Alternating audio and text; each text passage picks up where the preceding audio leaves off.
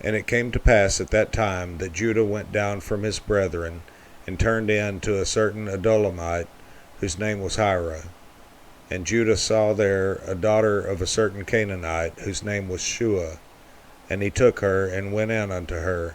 And she conceived, and bare a son, and he called his name And she conceived again, and bare a son, and she called his name Onan.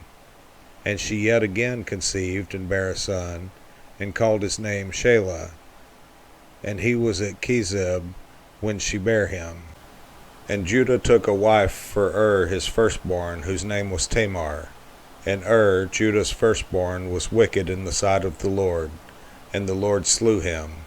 And Judah said unto Onan, Go in unto thy brother's wife, and marry her, and raise up seed to thy brother. And Onan knew that the seed should not be his. And it came to pass, when he went in unto his brother's wife, that he spilled it on the ground, lest that he should give seed to his brother. And the thing which he did displeased the Lord, wherefore he slew him also. Then said Judah to Tamar his daughter-in-law, Remain a widow at thy father's house, till Shelah my son be grown. For he said, Lest peradventure he die also, as his brethren did. And Tamar went and dwelt in her father's house. And in process of time the daughter of Shua, Judah's wife, died. And Judah was comforted, and went up unto his sheep-shearers to Timnath, he and his friend Hira the Adulamite. And it was told Tamar, saying, Behold, thy father-in-law goeth up to Timnath to shear his sheep. And she put her widow's garments off from her, and covered her with a veil, and wrapped herself, and sat in an open place, which is by the way to Timnath. For she saw that Shelah was grown, and she was not given unto him to wife. When Judah saw her, he thought her to be an harlot, because she had covered her face. And he turned unto her by the way, and said, Go to, I pray thee, let me come in unto thee. For he knew not that she was his daughter-in-law. And she said, What wilt thou give me, that thou mayest come in unto me? And he said, I will send thee a kid from the flock. And she said, Wilt thou give me a pledge till thou send it? And he said, What pledge shall I give thee? And she said, Thy signet, and thy bracelets, and thy staff that is in thine hand. And he gave it her, and came in unto her, and she conceived by him.